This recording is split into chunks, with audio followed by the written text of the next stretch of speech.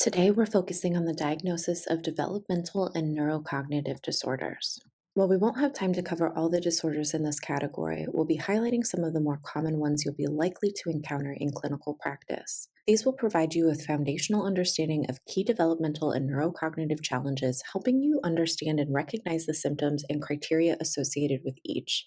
Keep in mind that this is an overview, and a deeper dive into specific disorders may be necessary depending on the populations you work with in the future.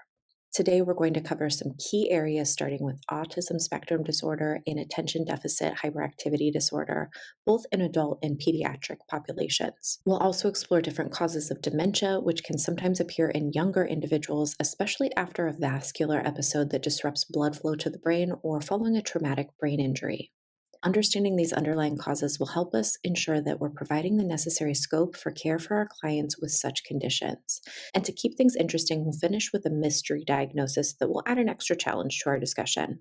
Later in the semester, we'll dive into oppositional defiant disorder and conduct disorder, which have some overlapping symptoms with ADHD. So it's important to keep this lecture in mind when we reach those topics because clinicians who don't regularly work with juveniles sometimes confuse these diagnoses.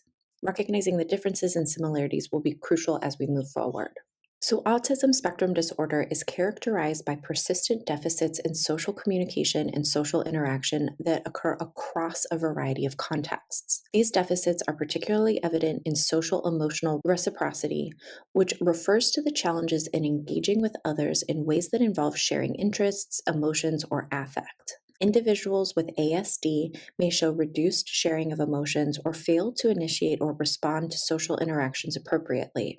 A crucial point in diagnosing autism is that we must carefully differentiate between symptoms to ensure they don't overlap across different diagnostic criteria. For example, if a child doesn't speak or engage in communication, that behavior cannot simultaneously be used to fulfill both the criteria for deficits in social emotional reciprocity and the criteria for deficits in nonverbal communicative behaviors. It's essential to assess the range of behaviors to meet the full diagnostic criteria. Deficits in nonverbal communication may manifest as poorly integrated verbal and nonverbal communication, such as abnormal eye contact, unusual body language, or lack of facial expressions. Individuals with autism may also struggle with interpreting and using gestures and often experience difficulties in forming and maintaining relationships. These difficulties can range from challenges in imaginative play or making friends to a general lack of interest in socializing with peers. It's also important to differentiate autism from other conditions that may present with similar social and communicative challenges. For instance, while schizoid personality disorder shares features of social withdrawal or lack of interest in relationships, it is distinct from autism, and clinicians need to be careful to rule out other potential diagnoses during the assessment process. It's also important to consider pediatric post-traumatic stress disorder, or PTSD, particularly in children under the age of 6 who have been exposed to trauma. Children may exhibit some of the same behaviors seen in autism spectrum disorder, such as failure to initiate or respond to social interactions, withdraw from others, or a flat affect, meaning they show limited facial expressions or emotional engagement. These children may seem disengaged, showing little to no interest in peers or social activities, and their emotional state can be marked by a profound sense of fear, distrust, anger, or sadness. The experience of trauma may cause children with PTSD to perceive the world as frightening and an unsafe place, leading to difficulties in connecting with others. Therefore, when assessing children who display social withdrawal or emotional flatness, it's essential to rule out any history of trauma that could be contributing to these symptoms.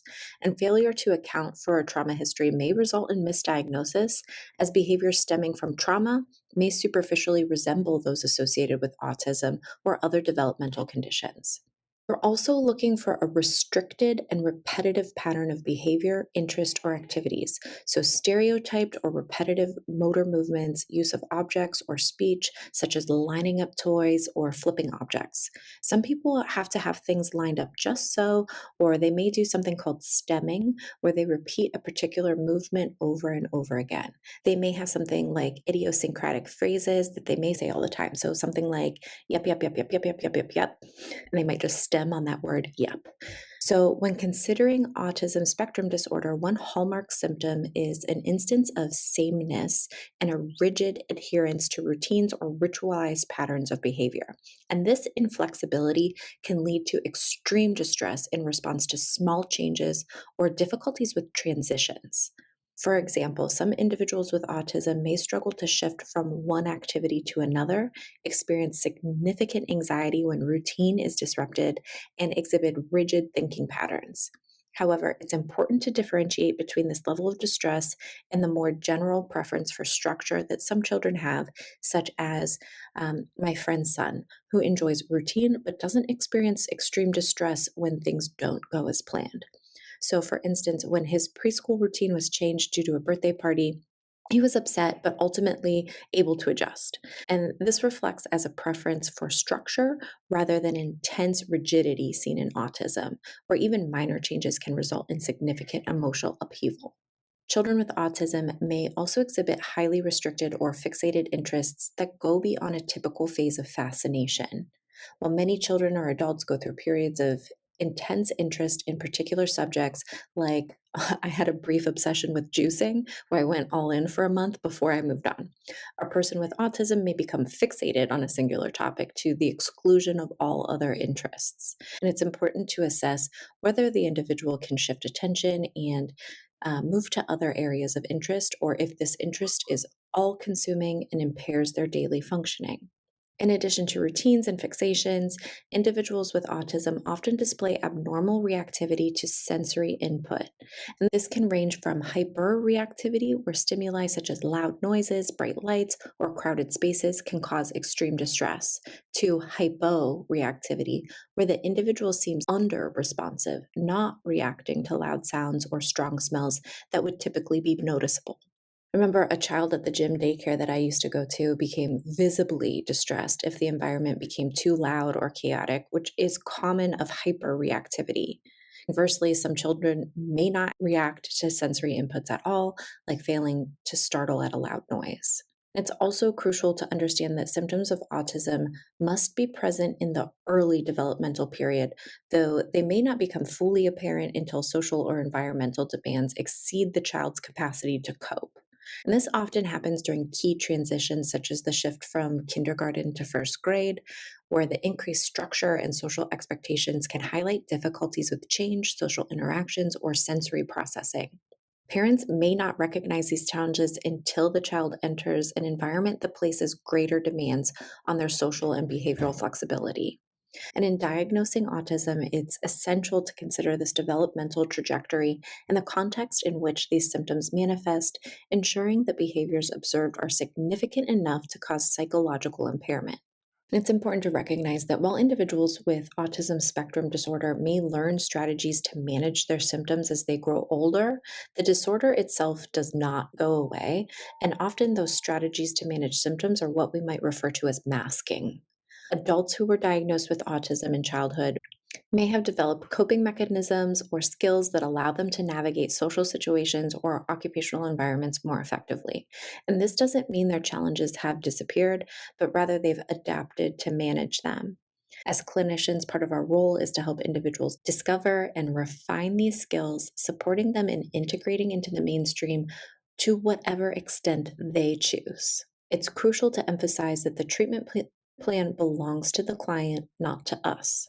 If, for example, they're not particularly interested in forming many friendships and this doesn't cause significant distress or functional impairment, then it may not be an area of focus unless they wish to address it later.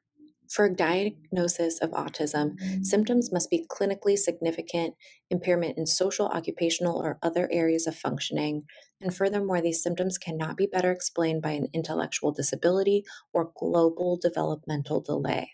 And this differentiation is essential because when working with children who may have other complicating factors, such as being born prematurely or having been exposed to environmental risks in utero, if developmental delays are suspected, whether it's delayed milestones like rolling over or other signs, it's important to assess the delays carefully.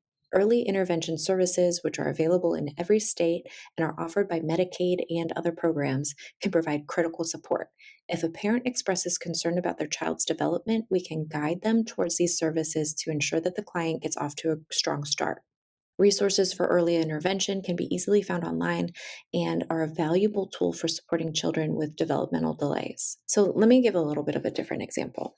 A friend of mine has a daughter who, at 3 years old, wasn't as verbal as other kids her age. She was mostly using single words, short phrases, and her parents were beginning to worry, especially because they were comparing her progress to the developmental milestones in parenting books and the other kids that they met along the way.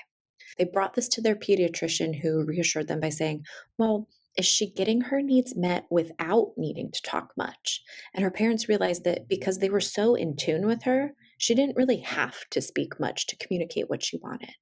Once she started attending daycare, where she needed to share attention with other children and communicate more independently, her speech blossomed quickly. So, this story just illustrates how important it is to consider the full context when evaluating a child's social or communicative behaviors. For example, if a client isn't showing much interest in making friends, it might be because they already have several siblings at home, so their social needs are being met within the family. Or perhaps they have a companion when they go to the park, so they don't feel the need to engage with new peers. We want to normalize these behaviors just as much as possible and carefully assess what might be contributing to them before jumping to conclusions, especially before making a diagnosis. So, under the DSM 5, all previous diagnoses such as autistic disorder, Asperger's syndrome, pervasive developmental disorder, not others specified, are now classified under the broader category of autism spectrum disorder. Whether or not this change was ideal is open for debate, but it's the standard that we work with today. And as a result, if the client previously met criteria for a diagnosis of Asperger's, they now fall under the diagnosis of autism spectrum disorder. And it's essential for us clinicians to understand the full range of symptoms associated with autism, because the distinctions that used to exist between different conditions are no longer separated as they once were. For individuals who show deficits in social communication but do not meet criteria for autism, they may be more appropriately diagnosed with social communication disorder, and this diagnosis is specifically for those who have challenges revolving around interpersonal communication rather than the broader range of behaviors seen in autism. And a key principle in diagnosing autism is to avoid using the same behavior to satisfy more than one diagnostic criterion. For example, if a child repeatedly covers their ears, this behavior could be interpreted in one of two ways. We can't interpret it in both. So it might be a repetitive motor movement that occurs when the child is stressed, or it could be hyperreactivity to sensory stimuli, such as a loud or high pitched sound. So you can't count this one behavior to meet both criteria. So it's important to assess for the context in which the behavior occurs and what it signifies. And consider whether the behavior is a reaction to a specific environmental factor or if it's more of a general pattern. For instance, if a child covers their ears only when they're in a noisy environment like a daycare center, it might suggest a sensory sensitivity specific to that setting. But if the same behavior occurs across various contexts, like at home, the grocery store, or at the park, whether it's loud or quiet, it may indicate a broader sensory processing issue that could meet criteria for autism. And it's critical to evaluate the behavior is clearly atypical compared to other children in similar environments, and whether it presents in multiple contexts to make an accurate diagnosis. ADHD, or attention deficit hyperactivity disorder, is a neurodevelopmental disorder often underdiagnosed in adults, especially those who were not diagnosed in childhood. This underdiagnosis can lead to individuals being misdiagnosed with other disorders such as bipolar disorder because of overlapping symptoms like mood instability and impulsivity. Bipolar disorder's mood changes are typically more extreme and longer lasting, whereas ADHD mood changes are more situation dependent and shorter, like minutes to hours, versus bipolar might be days to weeks. In my experience working in substance use treatment, I frequently see ADHD as a co occurring condition. Many individuals have been self medicating, often without realizing it, using substances like stimulants or even marijuana to manage their symptoms. For instance, they may feel scattered or overwhelmed and find that certain substances help them focus or calm their hyperactivity. It's essential to carefully assess clients who may be using substances like stimulants or amphetamine or even cannabis for their potential ADHD symptoms, as these substances can sometimes mask or complicate an ADHD diagnosis. So, I'm here to talk to you about the DSM a lot, but I also just want you to be aware of the area of the voices in our community that might offer some differing opinions and thoughts. Challenging the DSM's framework for understanding ADHD requires shifting from a pathologizing, deficit based perspective to a more contemporary and holistic view that considers neurodiversity and contextual factors. There's critics like Thomas Armstrong and Gabor Mate that argue that ADHD should not be merely seen as a disorder, but just a variation of human cognition that may be misunderstood or misaligned with modern societal demands.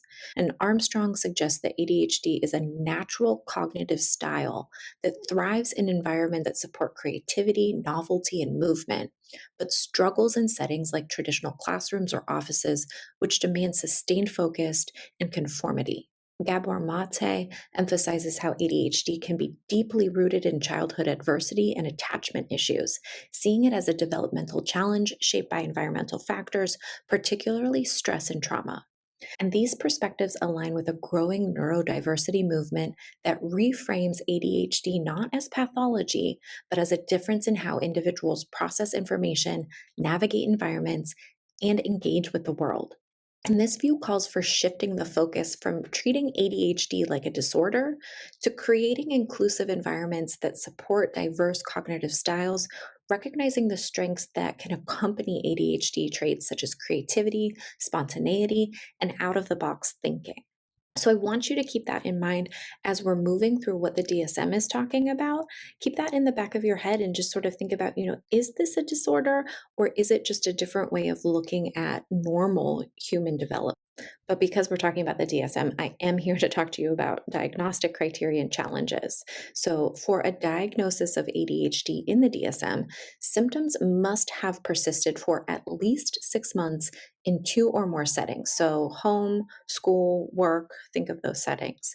And the behavior should be inconsistent with the individual's developmental level. The DSM 5 requires that children exhibit six or more symptoms, while adolescents and adults need only five or more. And there are three types of ADHD: predominantly inattentive, predominantly hyperactive impulsive, and combined. So both inattentive and hyperactive and impulsive. And that's just part of the diagnostic differentiation.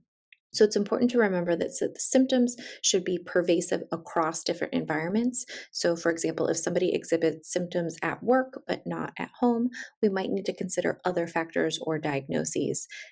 Or maybe just work isn't a good fit and they need a new job. Another key consideration is ruling out other mental health conditions that may better explain the symptoms. So, symptoms of inattention or hyperactivity shouldn't occur exclusively during the course of another disorder, such as schizophrenia or psychotic disorder, and shouldn't be more accurately explained by a mood disorder. And this is where diagnostic overlap can be complicated. Many mood disorders, such as bipolar disorder, involve difficulties with focus or concentration, particularly during depressive or hypomanic episodes. Similarly, hyperactivity can appear during hypomania or mania, which makes it critical to differentiate between these conditions when assessing clients. ADHD is frequently accompanied by other disorders known as comorbidities, which complicate diagnosis and treatment. Common comorbidities in children include oppositional defiant disorder, conduct disorder, while adults may struggle with substance use disorders, like I was talking about, or mood disorders like depression or anxiety. Learning disorders and anxiety disorders are frequently co occurring comorbid as well. And these co occurring conditions can make it harder to accurately diagnose ADHD, as the symptoms may overlap or exacerbate one another. For instance, someone with ADHD might use substances to self medicate their symptoms, masking the true nature of their condition. And it's crucial for clinicians to assess for these comorbidities when treating individuals with ADHD to ensure that both the ADHD and any co occurring conditions are adequately addressed. In cases of substance use, we must be carefully evaluating whether the symptoms are a result of intoxication, withdrawal, or long term use of substances. For example, Stimulant use may mimic ADHD symptoms, making it difficult to distinguish whether the individual is experiencing inattention and hyperactivity from substances or from an underlying disorder, or maybe both. Similarly, withdrawal symptoms may lead to restlessness or difficulty concentrating, further complicating the diagnostic picture. And when considering inattention, some hallmark symptoms include failing to give close attention to detail, making careless mistakes at work or in other activities, and having difficulty sustaining attention in tasks or in play. However, it's also essential to consider the phenomenon of hyperfocus. Individuals with ADHD may become deeply absorbed in activities and interests to them to the point of blocking everything else out. And this can be particularly relevant when the individual is overwhelmed by multiple stimuli. They may find refuge in focusing intensely on one task or one interest to manage the overload. This hyperfocus is often looked at in ADHD diagnoses, but can be a significant feature for the disorder. One of the core features of ADHD is difficulty filtering out and prioritizing stimuli, which leads to an overwhelming amount of sensory input. People with ADHD often notice multiple things simultaneously. Imagine someone trying to focus on a lecture, but also being acutely aware of the traffic noise outside, the birds chirping, the hum of the fluorescent lights, the neighbor's gum chewing, the texture of their clothes, the tightness of their shoes, and maybe their hunger too. So, all of this is competing for their attention, making it incredibly challenging to focus on just one thing, like the lecture, for instance. So, if you're noticing that right now as you're listening to me, just take a break, pause, get some of those other needs met, and come back to me. But you can see how this constant influx of stimuli might be overwhelming and result in difficulty completing tasks. When attention is dispersed across so many inputs, the person might struggle to settle on any single task long enough to get it done. Instead of perceiving ADHD solely as an issue of inattention, it's maybe more accurate to think about it as dysregulated attentional system. And sometimes the challenge is indeed inattention, but other times it's that over attention to all of the things, or maybe it's hyper focus, the intense immersion in a specific task that holds their interest. So, this dysregulation can create misconceptions about the nature of ADHD. A common stereotype is that individuals with ADHD don't listen or can't focus. However, they might just simply be paying attention to many things at once, or could be so engrossed in something like a video game or a personal interest, they don't seem to hear when spoken to directly. Or a child with ADHD might be told something by their teacher or parent, but it feels that the information just goes in one ear and out the other because their attention is being pulled in different directions. Additionally, individuals with ADHD often struggle to follow through on instructions, which leads to unfinished schoolwork, chores, or work duties. And this isn't due to a lack of intelligence or capability, but rather because they lose focus and become sidetracked by other competing stimuli or tasks. And one lesser known but critical feature of ADHD is emotional dysregulation. Individuals with ADHD often have difficulty managing their emotional responses, which can lead to heightened emotional reactions that seem disappropriate for the triggering event. This emotional impulsivity can cause frustration, irritability, and even anger, and it often subsides quickly once the person's attention is diverted into something else. However, these intense emotions can strain relationships, contributing to workplace or academic challenges, and affect the person's overall sense of well being. Helping individuals with ADHD learn to regulate their emotions is an important part of treatment. Disorganization, particularly with time management, is another common feature of ADHD. And this is often seen in children who are both gifted and have ADHD, as their minds are constantly working but may lack the structure to manage tasks effectively. These children and adults may excel in creative or intellectual pursuits, but may still have trouble completing mundane or routine tasks like making their bed or putting the cap on the toothpaste. Tasks like that require sustained mental effort over a long period of time, such as studying, writing a report, or even completing everyday chores, are especially difficult for people with ADHD. They often feel reluctant to engage in these activities or avoid them altogether because the effort required to stay focused is so taxing. And this tendency is more specific to ADHD, but can also overlap with other mood disorders where motivation and sustained focus are similarly impaired. And ADHD is not just about inattention or hyperactivity, it often involves deficits in executive functioning. This refers to the cognitive process that helps us plan, organize, manage time, and regulate emotions. Deficits in working memory specifically relate to ADHD, as this is one of the most prominent executive functioning difficulties associated with the disorder. People with ADHD frequently struggle with tasks, staying organized, keeping track of time, and monitoring their progress. These challenges affect their ability to follow through on responsibilities at work, home, and school. And understanding executive dysfunction is key because it helps explain why individuals with ADHD often feel overwhelmed by the day to day tasks that require sustained effort and organization, even if they're capable in other areas. And ADHD can significantly impact both academic performance and occupational functioning. In school, children and adolescents with ADHD may struggle to complete assignments, follow directions, manage long term projects, and this leads to lower academic achievement or feelings of frustration and inadequacy. For adults, ADHD symptoms can create challenges in the workplace, such as difficulty staying focused, meeting deadlines, or maintaining organization. These issues can result in job changes, underemployment, or job dissatisfaction. Recognizing the long term implications of ADHD is essential for providing support that addresses both short term behavioral changes and long term success. And it's important to remember that many symptoms of ADHD, like trouble focusing or sustaining attention, can also be present in individuals experiencing high levels of depression or anxiety. In these cases, people may avoid tasks that require sustained mental focus because they expect to struggle or fail, leading to feelings of helplessness. And this can create a cycle of avoidance and difficulty completing tasks. For example, individuals with ADHD may frequently lose things necessary for daily tasks, such as keys, wallets, glasses, or phones. Even those without ADHD experience this from time to time. But the key is determining whether these behaviors are occurring more frequently than what's typical for their developmental stage.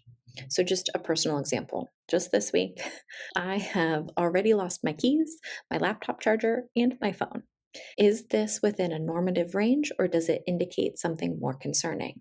At my developmental age, I likely shouldn't be misplacing those items so often. However, everyone can experience distractibility, especially when routines are disrupted. So, I have a routine where I put my keys and other items down when I come home.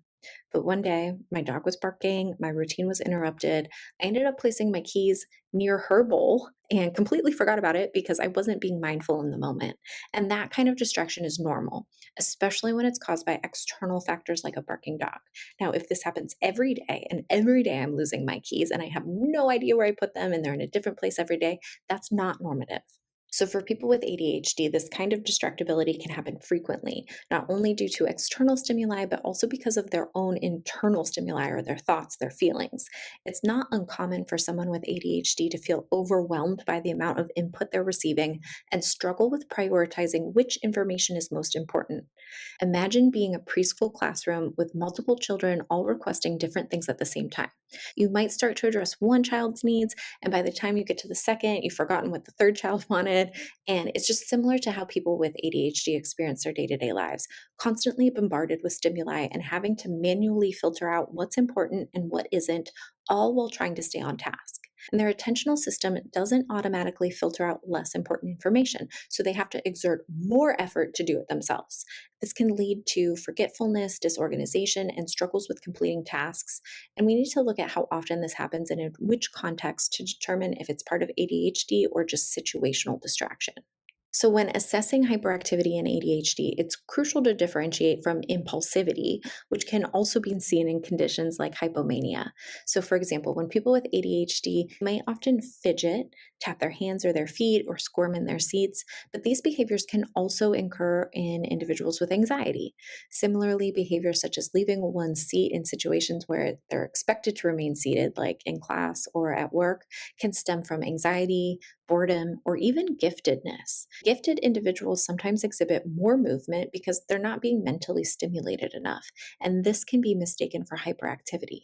In children, hyperactivity might present as running or climbing in inappropriate situations, but as adolescents and adults, these behaviors often become more controlled. Instead, adults may report feeling restless or frustrated in situations that require them to remain still, such as waiting in line or sitting in traffic. And many individuals with ADHD develop life hacks or maybe masks to avoid these situations, such as arriving late to avoid standing in a line, or engaging in fidgeting behaviors to manage the restlessness. So, a hallmark of ADHD is a constant sense of being on the go, as if driven by a motor. And this can manifest as moving from task to task, making noise, or even talking excessively. And while this behavior doesn't always involve talking, it creates challenges in social and interpersonal relationships. So, if somebody with ADHD might blurt out an answer before a question is asked fully, or they might finish somebody's sentence because they struggle to wait for their turn in a conversation. In group therapy settings, these behaviors can become problematic.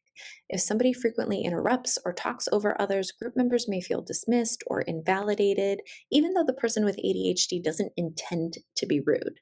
They simply lack impulse control in these moments. As clinicians, it's important to help clients develop skills to manage these behaviors, such as practicing waiting their turn and learning strategies for regulating their impulse to finish other sentences. This kind of skill building can improve both their social interactions and their participation in group therapy. People with ADHD may also interrupt or intrude on others' conversations or activities. This might look like barging into a conversation or talking over a task without realizing they've disrupted the flow. These behaviors can be really frustrating for others and can lead to misunderstandings. But with appropriate interventions and awareness, individuals with ADHD can better learn how to navigate these situations. So, one of the most common challenges in diagnosing ADHD is distinguishing it from other conditions, particularly bipolar disorder, as well as mood episodes such as hypomania or mania. ADHD mood swings, for instance, typically recur in response to specific triggers that align with the person's perception of events. For example, if something frustrating happens, the person with ADHD might become angry, but their emotional response generally makes sense in the context of the situation, even if it's exaggerated. Their mood shift can also happen rapidly, and once they're engaged in something new or interesting, their frustration might dissipate just as quickly. So it's notably different from the mood swings seen in bipolar disorder, particularly during a manic episode where a person's mood may not match the surrounding circumstances and can persist for a much longer period. ADHD mood swings tend to be situation specific and can shift when the person's attention is redirected, whereas manic episodes are not easily redirected by external stimuli. A practical tool for individuals with ADHD, whether it's children or adults, is learning to shift their attention when they feel overwhelmed or upset. So, for example, engaging in a different activity or focusing on something that interests them can help diffuse the intensity of their emotions and give them distance from whatever it was that caused their initial upset. Treatment for ADHD typically involves a combination of medication and behavioral interventions. Stimulant medications such as Adderall or Ritalin are commonly prescribed and can help focus, reduce impulsivity, and manage hyperactivity. Non stimulant options are also available for those who don't respond well to stimulants. Behavioral interventions such as cognitive behavioral therapy, time management training, or ADHD coaching can be especially effective in helping individuals develop strategies to manage their symptoms. For children, parent training and school based interventions are often recommended. And understanding the full range of treatment options is crucial for creating individualized care that addresses each client's unique needs. And from a Gestalt therapy perspective, ADHD can be conceptualized not as a pathology, but as a challenge in the process of contact and withdrawal from one's environment. In Gestalt terms, healthy contact involves engaging fully with the present moment, responding to what is most relevant, and then naturally withdrawing to integrate the experience. For individuals with ADHD, difficulties in sustaining attention or hyperfocusing can be understood as interruptions in this process. Instead of pathologizing ADHD as merely an inability to focus or control impulses, we might view it as a heightened sensitivity to environmental stimuli where the individual struggles to discern which stimuli are most meaningful. And this can lead to fragmented contact or excessive withdrawal into internal worlds like daydreaming. So that will make it hard to maintain a balanced flow of engagement with the environment. And the Gestalt approach encourages focusing on increasing awareness and choice making in the moment, helping individuals with ADHD learn how to regulate the ebb and flow of contact with their surroundings rather than seeing their behavior as inherently disordered or disorganized. And in this way, ADHD becomes an opportunity for deeper awareness and integration rather than a label of dysfunction. Symptoms such as sleep disturbances, racing thoughts, and restlessness are often seen in individuals with ADHD. However, these same symptoms can be caused by other conditions such as hypomania, mania, anxiety disorders, or even physical issues like sleep apnea. And sleep apnea in particular can cause frequent awakenings through the night, leading to feelings of restlessness that might be confused with ADHD or mood disorders. And when evaluating for ADHD, it's crucial to rule out sleep disorders as a contributing factor. Additionally, difficulty completing tasks or projects, another hallmark symptom of ADHD, can also indicate other conditions. For example, when someone with a learning disability or dyslexia may struggle to finish tasks because of underlying cognitive processing issues. Individuals with obsessive compulsive personality disorder may similarly fail to complete tasks, but for different reasons. They may be stuck in a cycle of perfectionism, constantly revising their work because it never feels good enough. Similarly, anxiety disorders or PTSD can also lead to task avoidance, particularly if the person fears evaluation or criticism. And a helpful point of differentiating when considering ADHD and PTSD. So, ADHD distractions, um, experiences are often linked to neutral or even happy thoughts rather than distressing or negative ones. So, for example, somebody with ADHD might become distracted by something pleasant or interesting in their environment, such as noticing a bird outside the window, rather than becoming derailed by angry or upsetting thoughts. So, an example from my life involves my brother, who was diagnosed with ADHD as a child. And he would often try to do his homework at the kitchen table, which faced a window overlooking our backyard. And he'd become captivated by the birds and the squirrels outside. And as a result, just wouldn't get any work done. And my mom eventually had him sit facing towards the house to limit the visual distractions and help him stay on task, which meant that I got the seat that faced the window, which was lovely for me. But this kind of distraction is typical in ADHD. And it's not caused by distress, but rather an active attentional system that's drawn to interesting stimuli. I'm sure he would have much rather been outside with the birds and the squirrels than doing math homework. Social awkwardness or difficulty reading social cues and behaviors like interrupting or talking over others can also be a symptom of autism spectrum disorder. And in these cases, individuals may have unusual or fixated interests, understanding nonverbal communication, and have difficulty navigating social interactions. So, although ADHD and autism share some overlapping traits, they are distinct conditions, and it's essential to consider this during the diagnostic process. It's also worth noting that ADHD is not technically part of the autism spectrum, though there can be comorbidities between the two. So, in some cases, individuals with ADHD might display symptoms that prompt a clinician to also consider autism, especially if there are significant social challenges, unusual fixations, or difficulties in adapting to changes in routine. So, additionally, prenatal exposure to substances like alcohol can lead to symptoms similar to ADHD or ASD. So, ruling out conditions like fetal alcohol spectrum disorder may be necessary in certain cases. Finally, it's important to recognize that ADHD diagnoses are not made quickly or lightly. Comprehensive assessments, often which include interviews, observations, psychological testing, and gathering of historical information, are necessary to rule out other potential diagnoses and get a full picture of the individual's functioning. Diagnosing ADHD or any mental health disorder typically requires more than a single session or brief evaluation. Multiple sources of data are essential to ensure an accurate diagnosis and an effective treatment plan. When discussing ADHD, it's essential to consider gender differences as a diagnostic bias, as ADHD can present quite differently in boys versus girls. And this difference is part of a broader cultural consideration. Gender and sex are significant components of cultural identity, and they shape how ADHD is understood, diagnosed, and experienced, particularly how boys externalizing symptoms lead to more frequent diagnoses, where girls tend to internalize their symptoms and it results in underdiagnosis.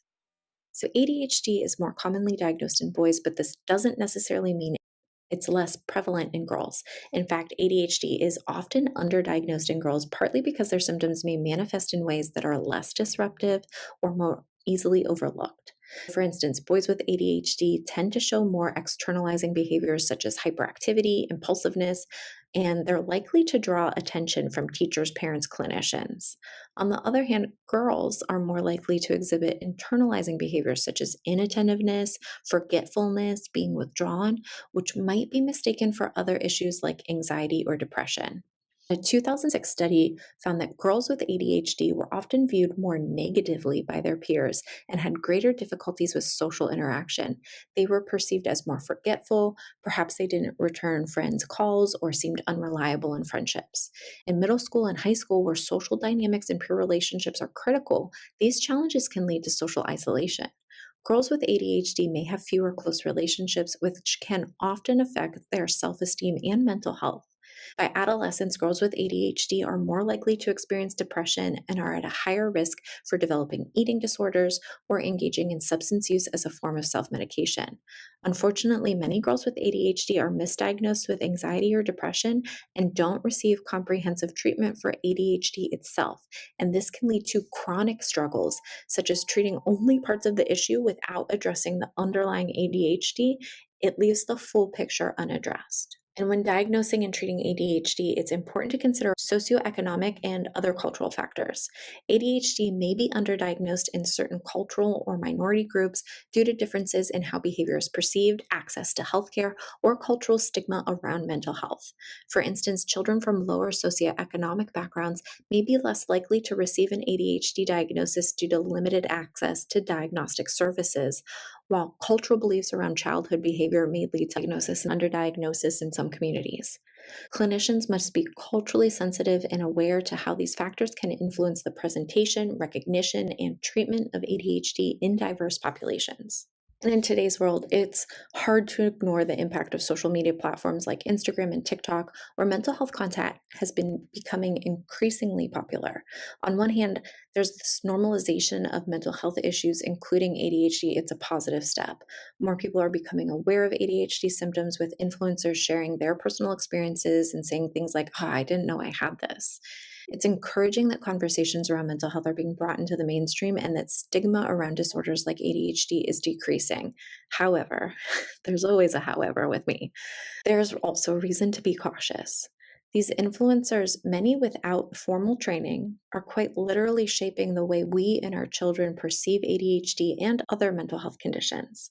While it's great to see ADHD being talked about so openly, it's also important to understand that seeing one or two symptoms in isolation doesn't necessarily equate to a diagnosis. ADHD is a complex disorder that requires a thorough evaluation, not just recognizing scattered traits or behaviors. A study from 2022 was published in the Canadian Journal of Psychiatry, and it analyzed the top 100 most viewed and liked ADHD related videos on TikTok. And alarmingly, they found that nearly half of these videos contained misleading information. Many videos made it seem as though symptoms associated with other psychiatric conditions, such as anxiety, depression, mood swings, relationship conflicts, and even dissociation, were specific only to ADHD. And this type of misinformation can complicate an accurate understanding of ADHD and lead people to self diagnose or seek inappropriate treatment based on incomplete or inaccurate information.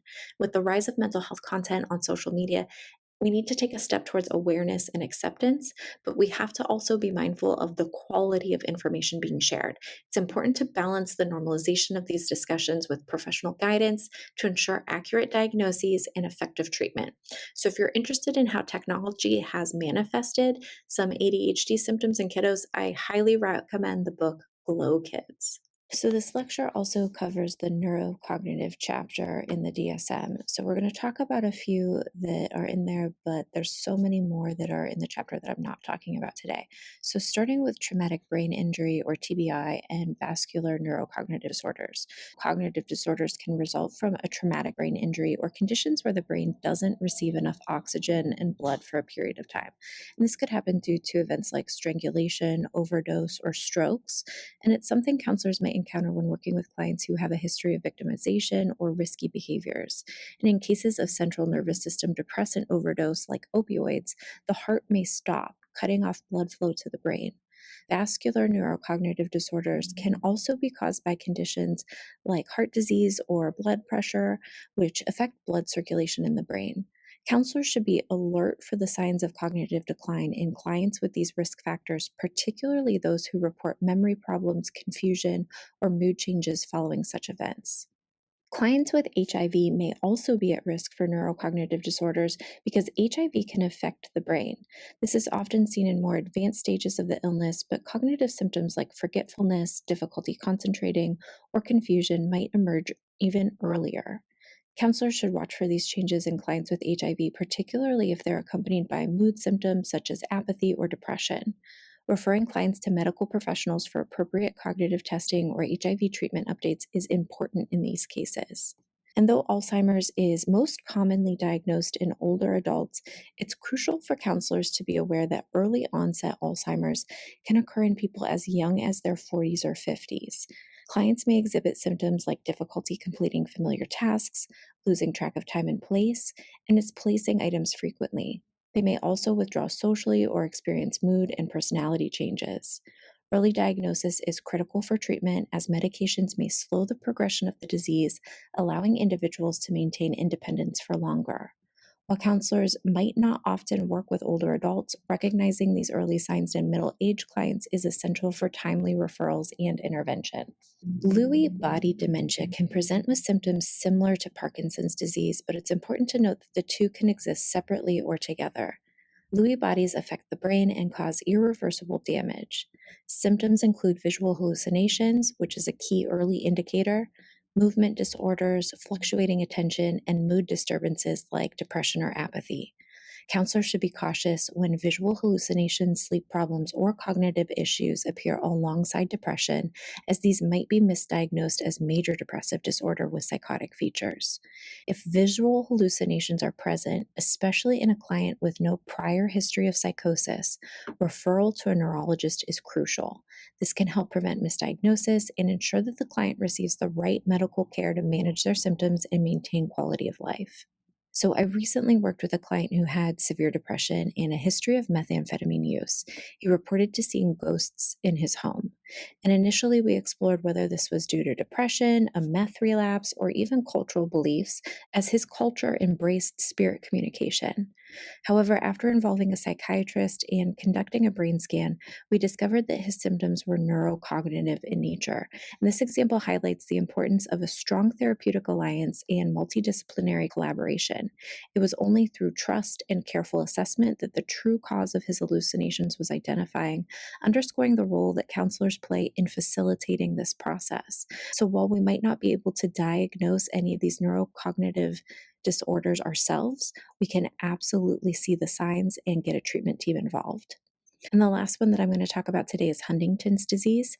That's a progressive fatal genetic disorder that typically presents in the 30s or 40s, but can appear earlier. And since it's hereditary, clients who develop symptoms are often aware of the risk. Counseling for clients with Huntington's disease tends to focus less on diagnosis and more on existential issues, grief, and life planning. Cognitive symptoms resemble those of dementia, but Huntington's also involves difficulties with impulse control, which can affect relationships and daily functioning. Counselors may need to support clients in long term care planning as well as helping them to manage the emotional toll of knowing that the disease is fatal. In these cases, building social support systems such as connecting them to support groups or ensuring a strong friend and family network is a key therapeutic task. While the DSM includes neurocognitive disorders such as Alzheimer's, Lewy body dementia, and vascular neurocognitive disorders, it's important to note that as counselors, you will likely never be the ones to diagnose these conditions. Diagnosis of neurocognitive disorders should be made by a medical team, including neurologists, psychiatrists, and other healthcare professionals. Your role will be to observe symptoms and ensure that appropriate referrals are made when necessary. In addition to specialized medical training, the diagnosis of neurocognitive disorders often requires the use of specialty tools and equipment that go beyond the typical scope of the counseling practice. These can include neuroimaging techniques, MRI, which is magnetic resonance imaging, or CT scans, which stands for computed tomography, to observe structural changes in the brain. PET scans, so positron emission tomography, are also used to assess brain function. And additionally, neuropsychological testing using specialized batteries such as the mini mental state examination or the Montreal cognitive assessment is essential in measuring cognitive decline. Blood tests and other lab work may be conducted to rule out metabolic and systemic causes of symptoms. And given the complexity of these disorders, it's crucial that diagnosis often involves a thorough and medical neurological evaluation using these tools. So, when talking about differential diagnosis, many of the symptoms seen in neurocognitive disorders, such as memory problems, confusion, mood changes, can overlap with mental health issues like depression, anxiety, substance use disorders. Counselors need to be aware of these overlaps to avoid misdiagnosing a neurocognitive issue as purely psychological. For example, visual hallucinations in older clients might be a sign of Lewy body dementia rather than psychotic depression. Neurocognitive disorders are complex, and clients experiencing these symptoms often require the expertise of neurologists, psychiatrists, and other medical professionals. Counselors should maintain strong referral networks and not hesitate to recommend medical evaluations, particularly when cognitive decline, visual hallucinations, and other neurocognitive symptoms arise. And it's crucial to be aware of cultural beliefs surrounding cognitive decline and neurological symptoms. For instance, what might be perceived as a hallucination in one culture could be seen as spirit communication in another. Counselors must strike a balance between respecting cultural interpretations and ensuring that clients receive appropriate medical evaluation for potential neurocognitive disorders. These disorders, especially Alzheimer's or vascular neurocognitive disorders, benefit from early detection and intervention. Counselors can play a pivotal role in noticing early warning signs and referring clients to specialists for further evaluation. And while treatments may not reverse these conditions, early interventions can slow progression and improve quality of life. So now it's time for a mystery diagnosis to bring all these concepts together and apply them to a real world scenario.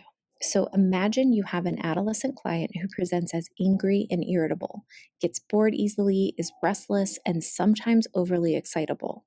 Despite being very bright, they're underachieving in school and not making the grades you would expect.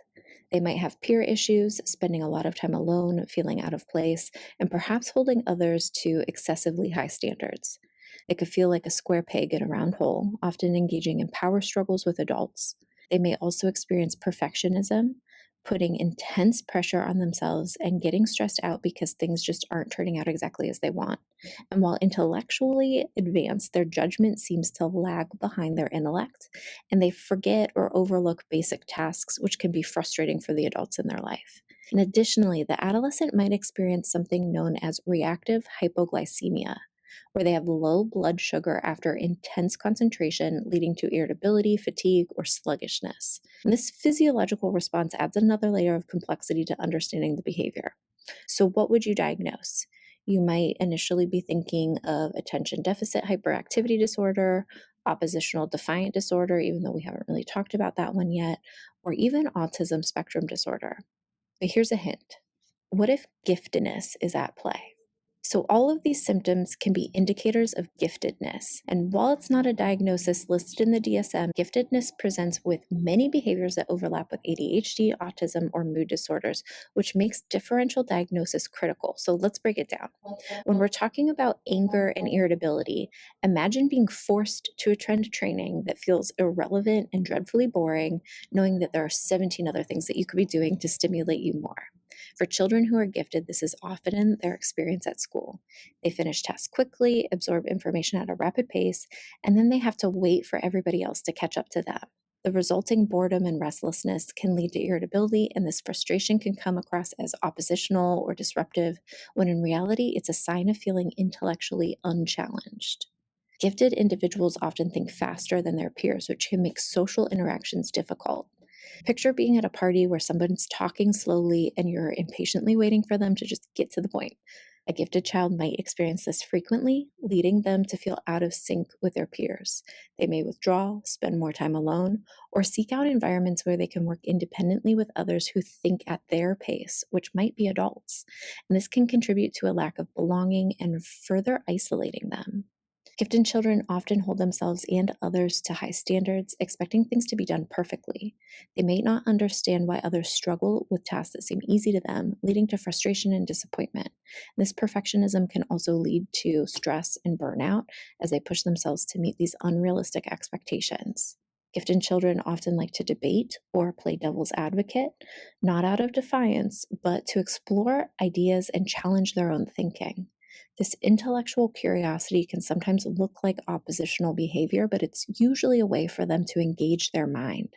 Counselors should be cautious about misinterpreting this as purely behavioral, especially when it serves as a way to stimulate their intellect. And although they are intellectually advanced, their emotional social maturity may not match their cognitive abilities, particularly in adolescence. And this can manifest as poor decision making or forgetfulness, which can be frustrating for adults who wonder how somebody so smart could forget something so basic. And then I also threw you a curveball with that reactive hypoglycemia. And this is a lesser known phenomenon that occurs because the brains of gifted individuals often work faster, burning through glucose at a higher rate. After a period of intense concentration, they may experience a drop in blood sugar, leading to irritability or fatigue. Providing small balanced snacks can help stabilize their energy levels and reduce behavioral changes. So, just as we're getting to the end of this lecture and you've been listening to my voice drone on for what feels like hours and hours and hours, you might notice that you're feeling a little snackish. Go get yourself some protein, maybe a little fat, maybe a little carbohydrate to help boost that brain up a little bit. So, if you're working with children or adolescents, it's crucial to consider giftedness as part of the differential diagnosis process, even though it is not a diagnosis. This can easily be misinterpreted as ADHD, oppositional defiant disorder, autism spectrum disorder, or even a mood disorder. However, recognizing giftedness allows counselors to take a strength based approach, helping these individuals develop coping strategies to navigate environments that don't always cater to their cognitive and emotional needs. So think of how frustrating it is for somebody with a high intellect to sit in a classroom that moves too slowly for them. Over time, this can lead to feelings of underachievement, frustration, and isolation, symptoms that can be misinterpreted as psychological problems when they actually may be environmental mismatches. So, some points to ponder here. Many childhood disorders, including ADHD and autism, exist on a continuum. Giftedness exists on a similar spectrum and can share overlapping characteristics with these disorders, which makes it important to look for the full context of a child's behavior across settings. So think of home, school, social environments. And always consider the child's developmental stage when evaluating behaviors. A 16-year-old forgetting basic tasks is more concerning than an 8-year-old doing the same. Likewise, an 8-year-old who challenges adult authority may just be expressing cognitive independence rather than oppositional behavior. And when making a diagnosis, especially with neurocognitive and developmental disorders, look for behavior across multiple settings. A child who only acts out at school but not at home may be facing challenges related to their environment rather than a diagnosable disorder. Helping gifted individuals manage their restlessness or boredom can be as simple as giving them a notepad to doodle during meetings, allowing them to bring a book for long car rides, or encouraging them to find stimulating outlets to match their cognitive needs. Developing these coping strategies will help them channel their energy and intellect in productive ways throughout life. I hope this mystery diagnosis helped illustrate how complex the diagnostic process can be, especially when conditions like giftedness overlap with other disorders. So remember that diagnosing is not about memorizing the DSM, it's about understanding how the context of the client's experience fits into the diagnostic framework and looking beyond symptoms to see the individual. The DSM will always be a tool for reference, but your insights and ability to think critically about the whole person will be your most valuable asset. As always, reach out with any questions and keep exploring how these concepts apply to real world scenarios. What about the clients you're working with? Do you see any of these things existing? If you do, reach out, talk to me, share them with the class. I'm happy to hear about it. Thanks.